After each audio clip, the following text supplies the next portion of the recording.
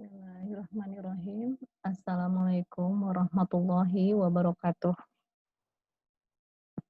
Kita lanjut ke materi selanjutnya, lanjutan dari teori konsumsi yang sudah saya uraikan sebelumnya.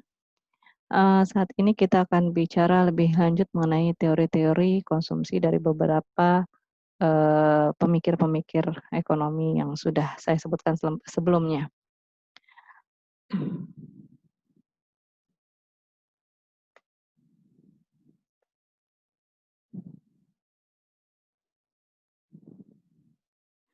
Baik, tadi di awal sudah saya jelaskan bahwa ketika kita bicara teori konsumsi, ada 2 tokoh yang membedakan, fungsi konsumsi, baik itu dilihat dari sisi jangka pendek maupun jangka panjang.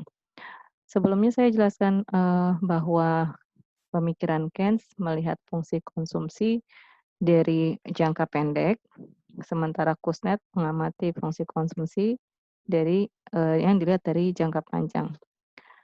Eee, Mungkin sebagai pengantar saya, jelaskan sedikit mengenai teori Keynes, bahwa, ada 3 postulat yang disebutkan oleh Keynes mengenai teori konsumsi, bahwa yang pertama adalah konsumsi itu akan meningkat seiring dengan meningkatnya pendapatan.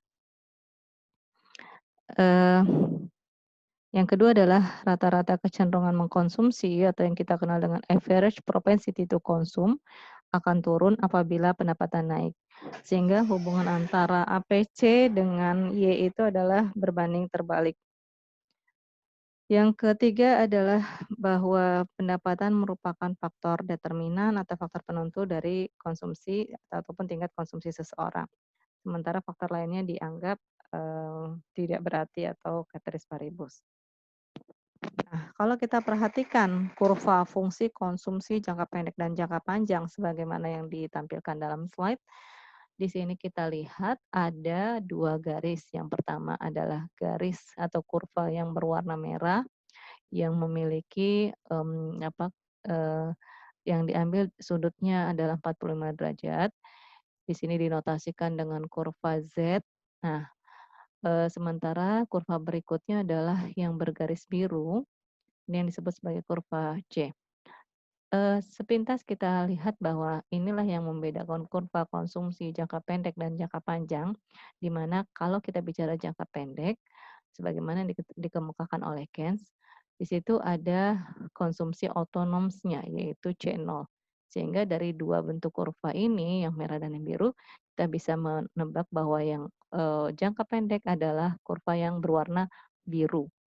Karena di sini, dalam formula jangka pendek ada konsumsi otonom, berbeda dengan jangka panjang di mana Y sama dengan C atau Y sama dengan C plus S.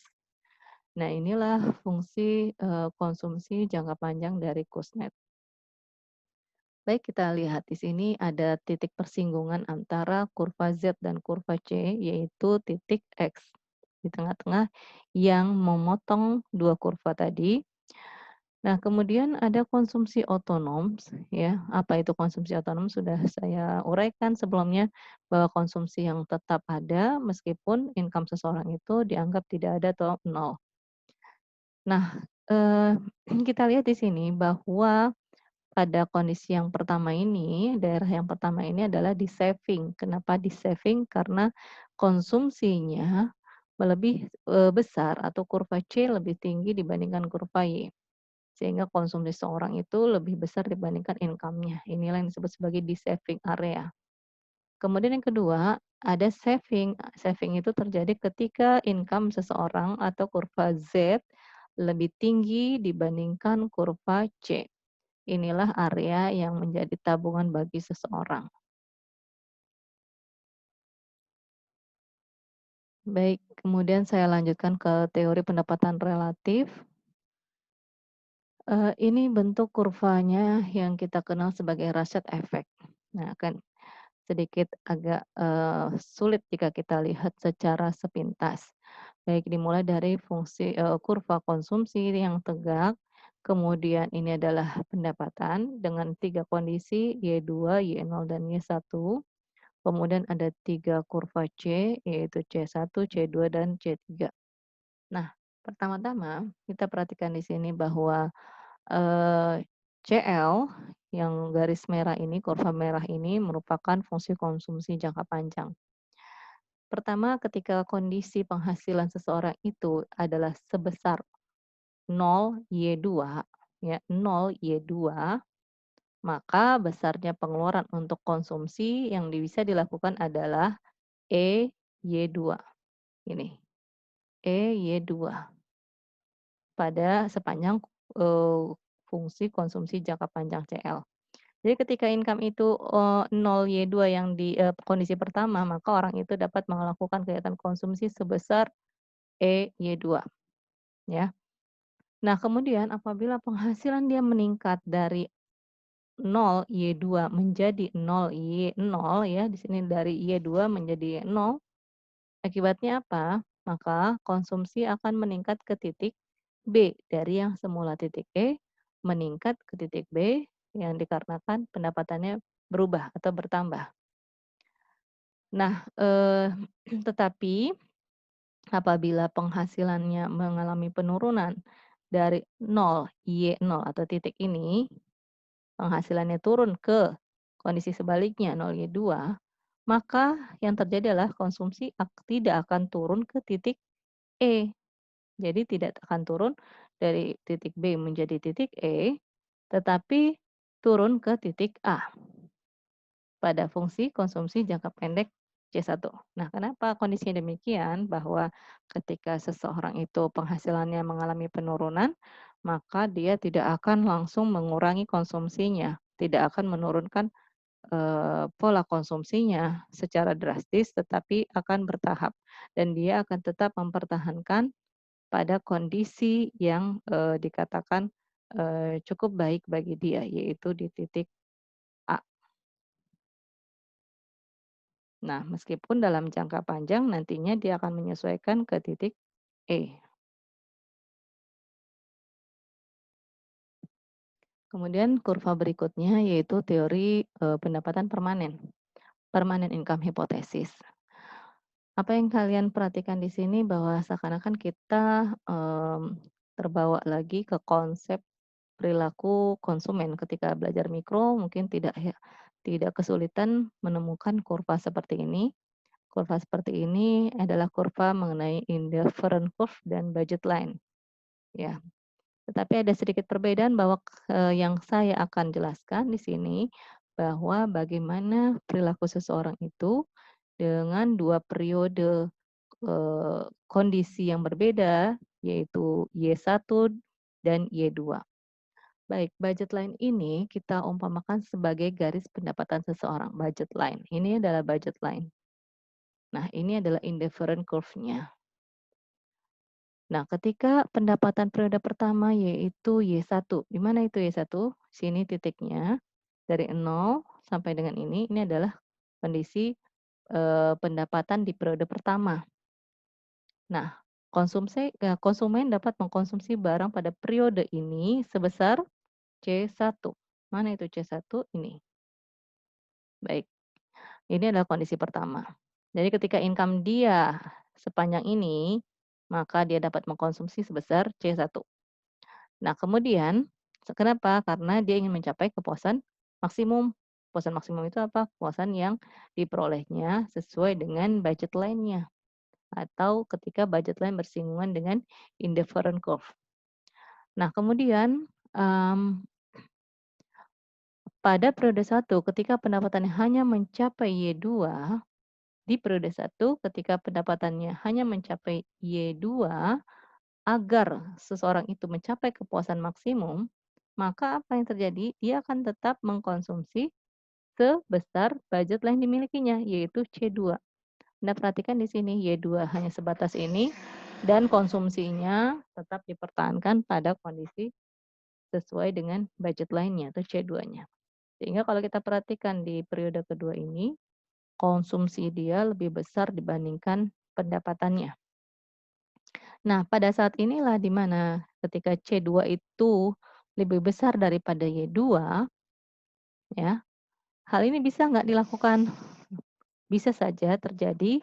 Nah, eee, yang dilakukan adalah dia akan menggunakan saving yang diperolehnya pada periode sebelumnya, ya.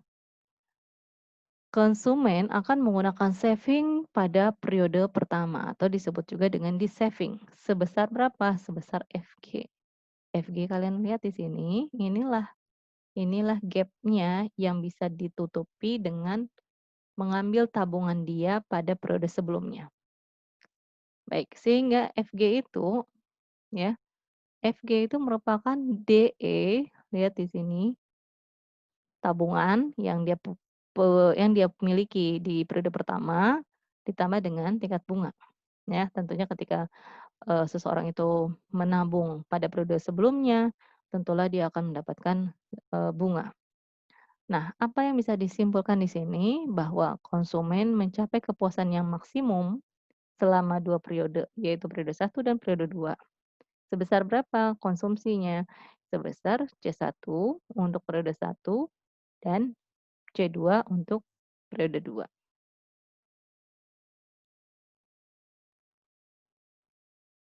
Baik, kemudian yang berikutnya yaitu mengenai teori siklus hidup, life cycle hypothesis. Kalau Anda perhatikan di sini, yang ingin disampaikan dari, grafik ini adalah bahwa siklus hidup seseorang mulai dia saat lahir sampai dia mungkin mengalami kematian ataupun pensiun, itu memiliki pola konsumsi yang berbeda-beda. Nah, di sini adalah time atau waktunya atau periode usia, mungkin bisa kita sebutkan umurnya, kemudian sisi, vertikalnya adalah income dan consumption-nya. Baik, kita perhatikan di periode yang pertama, ini yang disebut sebagai periode belum produktif ya, di mana ketika seseorang itu lahir, mulai dari usia mungkin 0 ya, saat lahir sampai dengan sekitar 20 tahun, maka periode ini, orang belum memiliki, penghasilan. Namun dia bisa melakukan kegiatan konsumsi dan memang harus ada konsumsi saat itu, dari mana? Yaitu dari orang-orang di sekitarnya termasuk anggota keluarganya. Sehingga di sinilah tingkat ketergantungan seseorang bahwa konsumsinya masih ditunjang dari anggota keluarga mereka. Baik, kemudian nih, periode yang kedua ini, working years ini adalah usia produktif. Kenapa usia produktif? Karena di sinilah orang sudah memiliki penghasilan, mereka sudah mulai bekerja. Batasan usianya berapa? Mungkin bisa dikatakan 20 atau setelah Anda selesai kuliah, sampai dengan usia 58 atau 60 tahun. Di sinilah Anda memiliki pendapatan yang digambarkan dengan kurva yang melengkung ini, ya, income-nya lebih tinggi dibandingkan konsumsinya, inilah disebut sebagai saving Anda ketika usia produktif. Nah, kemudian periode yang terakhir adalah, ini retirement years ini adalah, masa pensiun. Apa yang terjadi di periode ketiga, di mana kita sudah tidak produktif lagi, ya tetapi kita masih melakukan kegiatan konsumsi. Nah, di sini kita bisa menggunakan, tabungan kita yang sudah kita peroleh ketika kita, berada pada usia produktif. Ketika kita memiliki pekerjaan, punya penghasilan, maka kita menabung dan, sebagian dari tabungan yang kita kumpulkan itu kita gunakan untuk kegiatan konsumsi pada usia tua atau ketika sudah tidak produktif lagi. Nah, tetapi di sini tidak ada lagi tabungan sehingga kita mengalami yang namanya sebagai di-saving. Oke, baik itu penjelasan mengenai teori konsumsi secara singkat, semoga bisa kalian pahami dan bisa lebih dimengerti. Baik, saya cukupkan untuk materi ini. Terima kasih. Assalamualaikum warahmatullahi wabarakatuh.